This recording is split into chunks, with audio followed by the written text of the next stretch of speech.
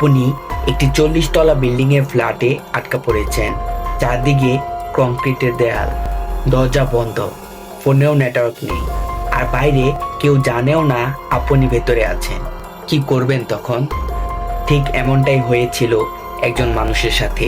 সে ভুল করে একটা নতুন ফ্ল্যাটের ভিতর ঢুকে পড়ে, আর দরজাটা এমনভাবে লক হয়ে যায় যে সে আর বের হতে পারে না।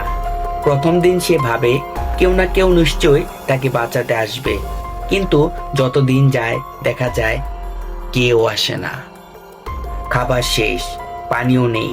বাঁচার জন্য সে এমন কিছু খেতে বাধ্য হয় যা মানুষ সাধারণত কল্পনাও করতে পারবে না। কখনো পিঁপড়া, কখনো ইঁদুর, আবার কখনো বা নিজের মূত্র। আর সবচেয়ে ভয়ঙ্কর ব্যাপার হলো সে এভাবে ফ্ল্যাটে আটকা ছিল 1 সপ্তাহেরও বেশি। সেই দিনগুলোতে সে বাঁচার জন্য এমন কিছু চেষ্টা করে যা দেখলে আপনারও গা শিউরে উঠবে।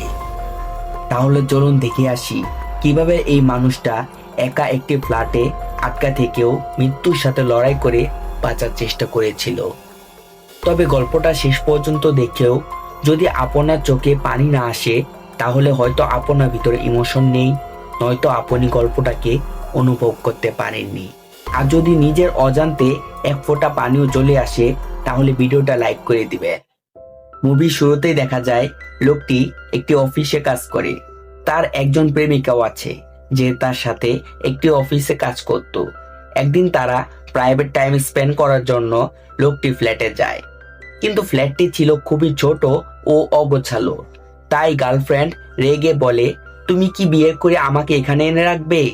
ছেলেটি বলে, না, আমি অতি শীঘ্রই নতুন বাড়ি নেব। কিন্তু তারপরও মেয়েটি স্যাটিসফাইড হতে পারছিল না, কারণ ছেলেটি বেশ কয়েকবার একই কথা বলেছিল, কিন্তু নতুন ফ্ল্যাট আর নেওয়া হচ্ছিল না। তাই মেয়েটি এবার ওয়ার্নিং দেয়, আমাকে পেতে হলে প্রথমে এই ফ্ল্যাট চেঞ্জ করো। তো সেই দিনের মতো তারা রাত কাটালে সকালেই ছেলেটি বাড়ি খুঁজতে বের হয়। টাকা কম হওয়ায় সে কোনো ফ্ল্যাট পাচ্ছিল না। তবে ছেলেটির আকুতি দেখে পাশে থাকা একজন ব্যক্তি বুঝতে পারে ছেলেটির জরুরি ফ্ল্যাট প্রয়োজন। তাই সে ছেলেটিকে নিয়ে একটি কনস্ট্রাকশন সাইটে যায়, যেখানে একাধিক দালান তৈরি করা, কিন্তু এখনো কোনো ফ্ল্যাট বিক্রি করা হয়নি। লোকটি তাকে যে অ্যাপার্টমেন্টে নিয়ে আসে তার নাম ছিল স্বর্গ, যার অর্থ হলো স্বর্গ। কিন্তু এই স্বর্গ যে ছেলেটির জন্য কতটা নরকে পরিণত হয় তা একটু পরেই দেখতে পারবেন। দেখা যায় সেখানে একটি ওয়াচম্যানও আছে যে প্রায়ই রেডিওতে গান শুনতো। লোকটি ওয়াচম্যানকে হ্যালো জানিয়ে ছেলেটিকে নিয়ে উঠে পড়ে 40 তলায়, ফ্লোর নাম্বার 40, স্বর্গ দালান। কিন্তু দরজাটা একটু সমস্যা, মানে স্বর্গের দরজাটি চাবি দ্বারাও সহজে খুলতে চায় না। তারপরও লোকটি কষ্ট করে গেট খুলে ছেলেটিকে নিয়ে ঘরে প্রবেশ করে। ফ্ল্যাটটি ছিল খুবই সুন্দর, টিভি, এসি, সোফা সবই ছিল। সাথে ছিল একটি নীরবতা, যার গভীরতা ছেলেটি এখনো বুঝতে পারছে না। তো ছেলেটি খুশি মনে চলে আসে আর নতুন ফ্ল্যাটে ওঠার প্রস্তুতি নিতে থাকে। ব্যাচেলর হওয়ায় তার বেশি কিছু ছিল না, শুধু একটি কাপড় ভর্তি ব্যাগ, ভগবানের ছবি আর মনে মানুষের সাথে নতুন ঘর বাঁধার স্বপ্ন নিয়ে সে চলে আসে। তবে আসার সময় তাকে ওয়াচম্যানও দেখতে পায় না। ফ্ল্যাটে এসে সে ঘরটাকে নিজের মতো করে সাজাতে শুরু করে। মনে একটাই স্বপ্ন, ভালোবাসা মানুষকে নিয়ে সুখে সংসার করা। তো এভাবেই রাতটা পার হয়। সকালে তার ঘুম ভাঙে। টাইম দেখতে গিয়ে সে লক্ষ্য করে মোবাইলের চার্জ নেই, আর কারেন্টও সমস্যা করছে। অনেক চেষ্টা করায় চার্জ উঠতে শুরু করে। ঘড়িতে দেখতে পায় অফিসের টাইম হয়ে গেছে। দ্রুত সে ফ্রেশ হতে যায়, কিন্তু নলে পানি আসছিল না। সে কিচেনে যায়, সেখানেও পানি নেই। ফ্রিজ, ওয়াশরুম সব জায়গায় খোঁজ করে, কিন্তু অদ্ভুতভাবে কোনো নল দিয়ে পানি আসছে না। তাই সে রাতে আনা একটি বোতলে পানি দিয়ে ফ্রেশ হয়। সে ভাবে সাধারণ পানি দিয়ে ফ্রেশ হচ্ছে, কিন্তু এই পানির মূল্য যে কতটুকু তা সে একটু পরেই বুঝতে পারবে।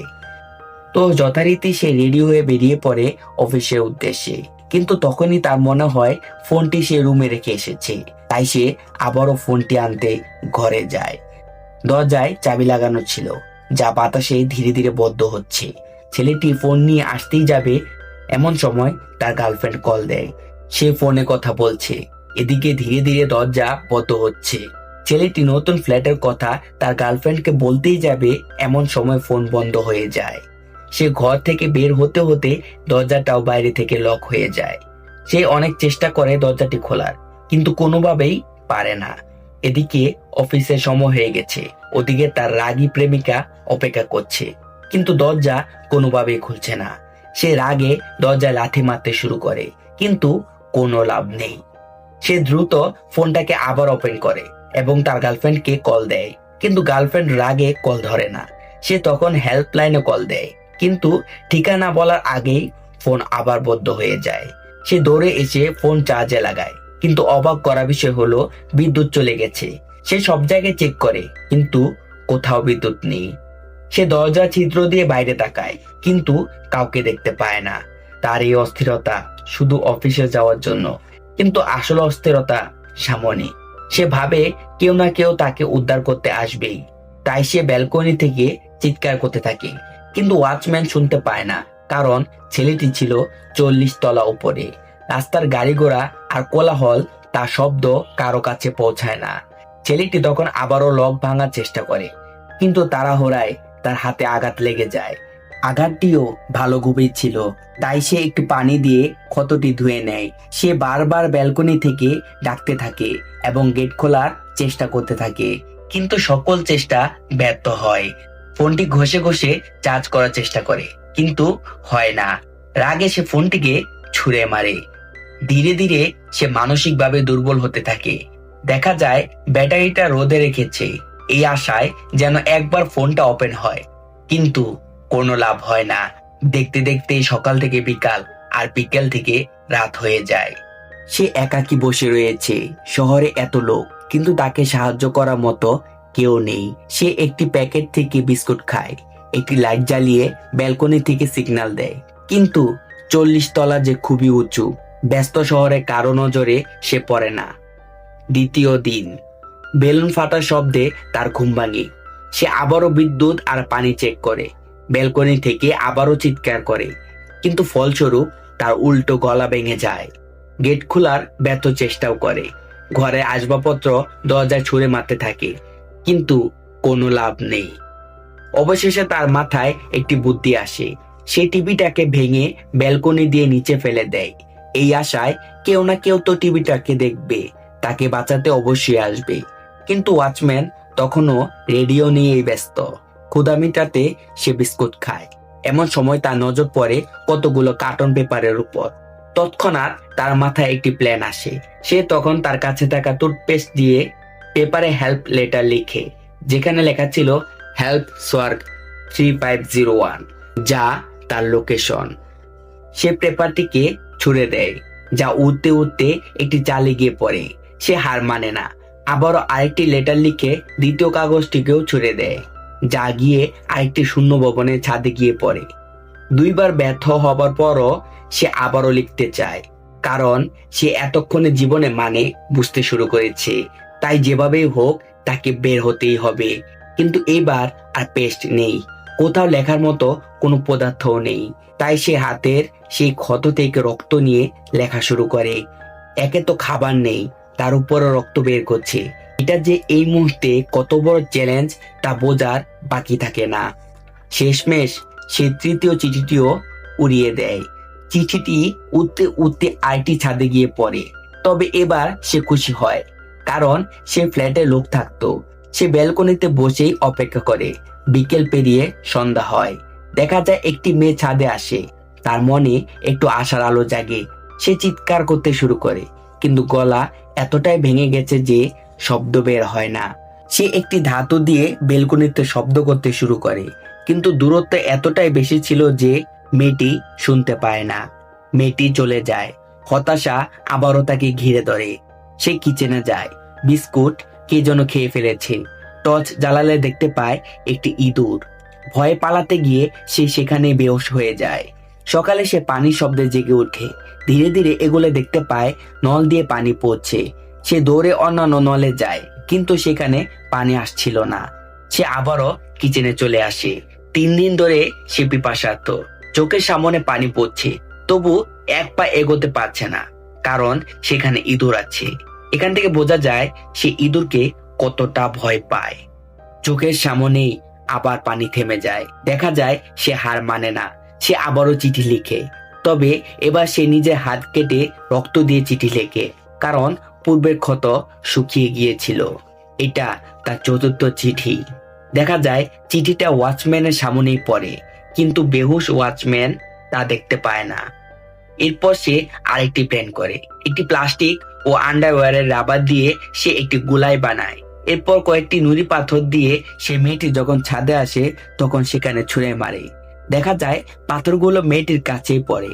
মেয়েটি চারদিকে তাকায় কিন্তু কাউকে দেখতে পায় না। ছেলেটি বারবার পাথর ছুড়লেও মেয়েটি শুধু অনুভব করতে পারে, কিন্তু কাউকে দেখতে পায় না। আর শেষমেশ মেয়েটি সেখান থেকে চলে যায়। আবারও হতাশা।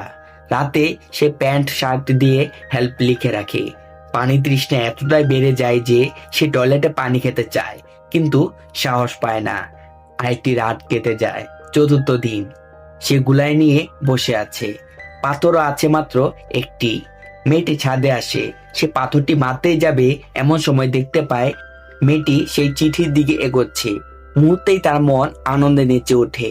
শত হতাশার মাঝেও সে যেন একটু আশার আলো দেখতে পায়। দেখা যায় মেয়েটি সেই ভবনে চলে আসে।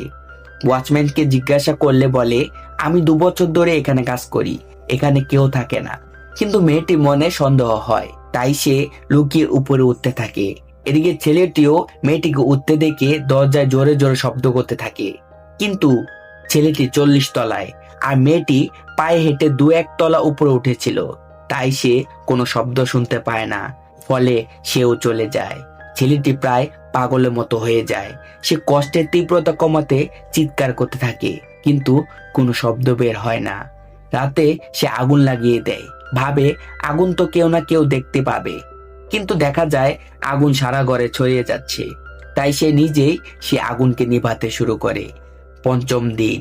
সে ময়লা টুকিয়ে খাচ্ছে। পোকামাকড় তার আশেপাশে ঘুরছে। সে কল্পনা করে বিয়ে বাড়িতে সুস্বাদু খাবার খাচ্ছে। একটি লোক তার সামনে এসে বলছে, সার্ভাইভাল টাইমে যা সামনে পাও তাই খেয়ে প্রাণ বাঁচাও, নয়তো মারা যাবে। আসলে সে পানির অভাবে ডিহাইড্রেশনে ভুগছে, তাই চোখে এমন ভ্রম দেখছে। তখন সে চলে যায় কিচেনে ইঁদুরটাকে মারতে, কারণ তার এখন খাবার লাগবে। কিন্তু টর্চ নিভে যাওয়ায় সে ভয় আবারও চলে আসে। পানি তৃষ্ণা এতটাই বেড়ে যায় যে সে নিজের মূত্র পান করে, কিন্তু এমন নোংরা কাজ করে সে উল্টো বমি করে দেয়। দেখা যায় তার দেহে আর শক্তি নেই। এমন সময় তার সামনে একটি পোকা আসে। পোকাটি উল্টে যায়। অনেক চেষ্টার পর পোকাটি আবারও সোজা হয়, যা দেখে তার মনে একটি সাহস আসে। ষষ্ঠ দিন। সে পানির শব্দ শুনতে পাচ্ছে। একটু এগোলে দেখতে পায় বৃষ্টি হচ্ছে। এটা যেন সৃষ্টিকর্তা কর্তৃক তার উপর আশীর্বাদ। সে খুশিতে নাচতে থাকে, প্রাণ ভরে পানি খায়, গোসল করে, আর অনেকটা পানি পরবর্তী দিনগুলোর জন্য জমিয়ে রাখে। পানি খেয়ে তার ভিতরে যেন নতুন একটি উদ্যম জেগে ওঠে। সে তার গুলাই দিয়ে পাখি ধরে রান্না করে খায়। যে কোনোদিন একটি পিঁপড়ে কেউ মারেনি, বাঁচা তাগিদে আজ সে পাখি মেরে খাচ্ছে। সে ইঁদুরটিকেও ধরে খাঁচায় বদ্ধ করে দেয়। এরপর সে পাখি শিকার করে আর ইঁদুরের সাথে কথা বলে দিন কাটাতে থাকে। কিন্তু একদিন সে বুঝতে পারে এভাবে আর টিকে থাকতে পারবে না, কারণ পানি শেষ হয়ে আসছে। সে ফ্যানের পাখা দিয়ে ব্যালকনির লোহার পাইপ কাটতে শুরু করে। প্ল্যান একটাই, পাইপ কেটে সে নিচে নামবে। দিন রাত সে চেষ্টা করে যায়, কিন্তু পাইপে আঁচড় পড়ার বেশি কিছুই হয় না। এদিকে খাবার না খাওয়ায় সে দুর্বল হয়ে পড়েছে। অবশেষে সে একদিন ইঁদুরটিকে ছেড়ে দেয় আর নিজের জুতোগুলো পরে সর্বস্ব শক্তি দিয়ে আঘাত করতে থাকে। যার একদমই হাঁটার শক্তি নেই, তার দেহ হঠাৎ প্রবল শক্তির সঞ্চার হয়। বাঁচার শেষ ইচ্ছা যেন তার মাথায় চেপে বসে। হঠাৎ পাইপটা ভেঙে যায়। কিন্তু এখানেই শেষ নয়, তাকে এখনো 40 তলা পাইপ বেয়ে নিচে নামতে হবে। কি হবে, কিভাবে নামবে, এটা এখন দেখার বিষয় না। এখন ভাবনা একটাই, নামতে হবে। সে ধীরে ধীরে নামতে শুরু করে। কয়েকতলা নামার পর পায়ের নিচে আর পাইপ খুঁজে পায় না। তখন সে কোমরে বেল্ট ব্যবহার করে ধীরে ধীরে 30তম ফ্ল্যাটে পৌঁছায়। সামনে কাচের গ্লাস। সে ভেঙে প্রবেশ করে, ধীরে ধীরে দরজার কাছে যায়। দরজায় হাত দিলে দেখে দরজা খোলা। সে কোনো মতে নিচে নামতে থাকে। এতদিনের কষ্টের পর সে বাইরে বের হয়। আনন্দ প্রকাশ করার সময়ও তার নেই। ওয়াচম্যান তার দিকে তাকিয়ে আছে, কিন্তু ওয়াচম্যানকে কিছু না বলে সে চলে যায়। এরপর দৃশ্য পরিবর্তন হয়। দেখা যায় সে হসপিটালে। তার সাথে দেখা করতে তার গার্লফ্রেন্ড আসে, কিন্তু এতদিনে তার বিয়ে হয়ে গেছে। বোঝেন অবস্থা, যার জন্য এত কিছু, সেই তাকে ছেড়ে অন্যের হয়ে গেছে।